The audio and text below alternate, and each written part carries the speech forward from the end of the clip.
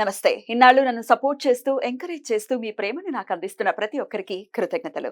అలాగే ఈ వీడియో కూడా ఖచ్చితంగా మీకు ఉపయోగపడుతుంది. లైక్, షేర్ అండ్ సబ్స్క్రైబ్ చేసి మీ సపోర్ట్‌ని నాకు అందించండి. అలాగే ఈ వీడియో పట్ల మీకున్న అభిప్రాయాన్ని కామెంట్ సెక్షన్‌లో కామెంట్ చేసి తెలియజేయండి. ఇప్పుడు వీడియోని చూద్దాం. నమస్తే. Welcome to our channel. నేను పద్మిని. ప్రస్తుతం మనతో పాటు ప్రముఖ ఆధ్యాత్మికవేత్త, ఆస్ట్రోన్యూమరాలజిస్ట్, వేదిక్ వాస్తు స్పెషలిస్ట్, శ్రీ విద్య మరియు హనుమత్ ఉపాసకులు బ్రహ్మశ్రీ డాక్టర్ సిస్లా జయశంకర్ గారు మనతో పాటు ఉన్నారు. మాట్లాడదాం. సార్ నమస్తే సార్. అమ్మా నమస్కారం అమ్మా, ఆయుష్మతి భవ. సార్, ఆడవాళ్ళకి రకరకాల సమస్యలు ఉంటాయి సార్. అయితే కొన్ని కామన్ ప్రాబ్లమ్స్ ఉన్నాయి. అవి చాలా మంది ఆడవాళ్ళు ఫేస్ చేస్తూ ఉంటారు. అవి ప్రధానంగా వివాహం ఆలస్యం అవ్వడం దగ్గర నుంచి మొదలుకొని వివాహం ఆలస్యం అవ్వటము, అత్తగారి పోరు, ఆడపడుచుల పోరు, కొంతమందికి మరీ విపరీతంగా మరుదుల నుంచి కూడా ఇబ్బంది ఉంటుంది అని అంటూ ఉంటారు. మరుదుల నుంచి ఇబ్బంది. ఇప్పుడు ఏమవుతుందంటే ఇద్దరు అన్నదమ్ముల్లో అన్నకి పెళ్లి అయిపోతుంది, వీడికి పెళ్లి కుదిరి చావదు. ఆ ఇబ్బంది వదినేం చేస్తుంది? ఏం చేయదు, అత్తగారికి కడుపు మంట అనమాట.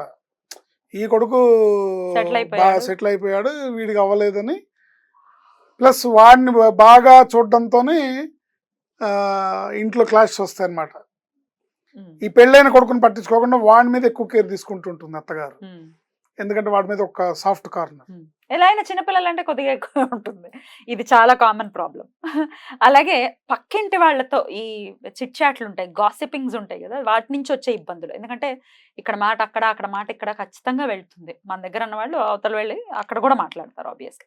ఇవన్నీ రావడానికి నాకైతే అనిపించేది ఏంటంటే, ఖాళీ కూర్చోవడం వల్ల డెఫినెట్ గా కొన్ని ప్రాబ్లమ్స్ కొని తెచ్చుకుంటాం. 100% empty mind is doubles work shop అని అంటూ ఉంటారు. 100% వర్క్ చేయాలి ఎండ్ ఆఫ్ ది డే. సరే, మరి ప్రాబ్లమ్స్ ఆల్రెడీ ఉన్నాయండి, ఎట్లా వీటి నుంచి బయటపడాలి అని అంటే ఏంటి సార్ దీనికి ఆన్సర్? ఒక స్త్రీ గృహిణి ఉందనుకోండి, ఒక ప్రాబ్లం కాదు, ఒక్కొక్క ఇంట్లో ఒక్కొక్క రకమైన ప్రాబ్లమ్స్, అనేక రకాల ప్రాబ్లమ్స్.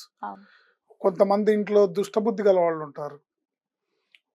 ఏదో వస్తువు, గోల్డో, చైనో, ఉంగరమో ఏదో దాచేసి ఈ అమ్మాయి మీద పెట్టి, ఈ కోడల మీద, వీళ్ళ అమ్మాయి మీద నింద మోపి ఇలా నిందలు పడటం, ఇవన్నీ కూడా జరుగుతుంటాయి. సో ఇప్పుడు మనం అనుకున్న ఈ లిస్ట్ ఆఫ్ ది ప్రాబ్లమ్స్ మొత్తం కూడా జాతకంలో ఉండే కుజదోషం వల్ల వస్తాయి. ఏమిటి, వివాహం అయిపోవడంతో కుజదోషం నివృత్తి అవడం లాంటిది ఉండదా సార్? అన్నిటికీ బాసే కారణం. అయ్యో, అమ్మ బాబోయ్. సో ఆయన్ని సాటిస్ఫై చేసుకొని, ఆయన్ని పరిహారం చేసుకుంటే ఈ కష్టాల్లోంచి బయటపడచ్చు. ఏదేమైనప్పటికీ కూడా మన నిజాయితీ మనకు ఉండాలి, మన భక్తి భావం మనకు ఉండాలి. ఒక గృహిణి అంటే ఇప్పుడు ఈ ప్రాబ్లమ్స్ అన్నీ ఈ కాలంలో అంతగా కనపడవు. ఎందుకంటే స్త్రీలందరూ కూడా ఉద్యోగాలకు వెళ్ళిపోతున్నారు. చాలా వరకు గృహిణి అనే వాళ్ళని దుర్భిణి వేస్తే కానీ వెతికితే కానీ దొరకట్లేదు ఏంటి. కానీ ఏదేమైనప్పటికీ గృహిణులు చాలా మంది ఉన్నారు కాబట్టి వాళ్ళకి ఇవన్నీ ఉండే కామన్ ప్రాబ్లమ్స్. అత్తగారితో వేధింపులు, భర్తతో వేధింపులు, ఆడపడుచులతో వేధింపులు, కొంతమంది అయితే వీళ్ళే తిరిగి వేధిస్తుంటారు వాళ్ళని. రకరకాల ప్రాబ్లమ్స్, రకరకాల ఇంటింటికో రామాయణం ఉంటుంది. సో ఇవన్నీ తొలగాలంటే సపోజ్ ఒక గృహిణి ఈ ప్రాబ్లమ్స్తో, ఇలాంటి ప్రాబ్లమ్స్లో ఇవన్నీ ఉండొచ్చు, వీటిల్లో ఏదైనా ఒకటి ఉండొచ్చు. ఏది ఉన్నా కూడా ఆవిడ సుబ్రహ్మణ్య స్వామిని పాదాలని ఆశ్రయిస్తే తప్పకుండా తన కష్టంలోంచి బయటపడే అవకాశం ఉంటుంది. ఎట్లా సార్? సో ప్రతి మంగళవారం ఇలాంటి ప్రాబ్లమ్స్ ఉన్నవాళ్ళు, ఆడవాళ్ళు ప్రతి మంగళవారం నాడు 99 గ్రాముల ముద్ద కర్పూరం, హారతి కర్పూరమే. 99 ఉండాలా? 99 ఉండాలి. అంటే 100 గ్రాములకు 1 గ్రాము తక్కువ. 99 గ్రాములు ముద్ద కర్పూరాన్ని చేతిలో పట్టుకొని సుబ్రహ్మణ్య స్వామి దేవాలయంలో 9 ప్రదక్షిణాలు చేసి స్వామికి సమర్పించు. 9 ప్రదక్షిణాలు చేసి ఆయనకి సమర్పించి, స్వామి నా కష్టాన్ని దగ్ధం చేయి, నా జీవితాన్ని నీ పాదాల చెంత ఉంచుతున్నాను, నన్ను అనుగ్రహించు తండ్రి అని ఆ స్వామి హారతికి ఉపయోగించడానికి గుళ్ళో ఇచ్చేసేయాలి. ఇచ్చేయాలి. పంతులు గారికి ఇచ్చి స్వామి హారతికి వినియోగించండి అని మనం వెలిగించకూడదు, స్వామికి సమర్పించాలి. వాళ్ళ అవకాశాన్ని బట్టి స్వామికి ఎప్పుడు అవసరమైతే అప్పుడు ఇస్తూ ఉంటారు. ఇట్లా కనీసం 9 మంగళవారాలు, 18 మంగళవారాలు, సమస్య తీవ్రతను బట్టి మీరు చేస్తూ ఉంటే మీకు మార్పు కనబడుతుంది. ఇది చేస్తూ ఆ రోజంతా ఉపవాసం ఉండి సాయంత్రం పూట ఆ, సాయం సంధ్య అయిన తర్వాత అంటే ఆ 7 గంటలకి ఆ టైంలో అప్పుడు భోజనం చేయాలి. Hmm. ఎట్లా చేయాలి? కందిపప్పుతో చేసిన వంటకంతో భోజనం చేయాలి ఓకే. మంగళవారం. ఓకే. పొగలలో ఉపవాసం ఉండాలి, కందిపప్పుతో చేసిన వంటతో భోజనం చేయాలి.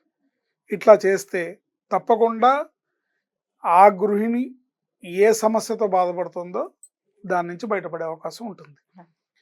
ఇంకా మీకు కాస్త చదవచ్చు, కాస్త మీరు శ్లోకం చదువుకోగలరంటే ఆయన శ్లోకం కూడా మనం చెప్పొచ్చు.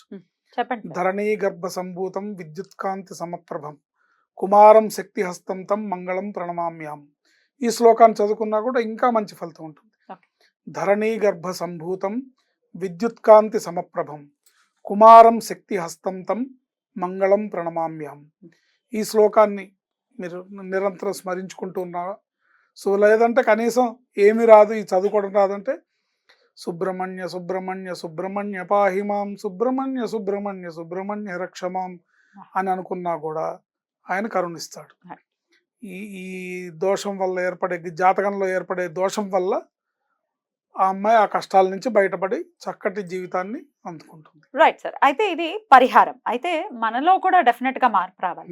ఎంతసేపు వాళ్ళ సైడే తప్పు ఉందని చెప్పడం కరెక్ట్ కాదు. ఎంతో కొంత ఇటు సైడ్ కూడా ఉంటుంది. ఉంటుంది. 2 చేతులు లేదా చప్పట్లు రావు. అలాగా ఖచ్చితంగా మార్పులు ఏం తెచ్చుకోవాల్సి ఉంటుంది? మార్పులు ఏం తెచ్చుకోవాలంటే ప్రధానికి సమాధానం ఇవ్వక్కర్లేదు. ఇప్పుడు ఎవరన్నా ఏదన్నా అన్నారనుకోండి వెంటనే సమాధానం ఇవ్వక్కర్లేదు.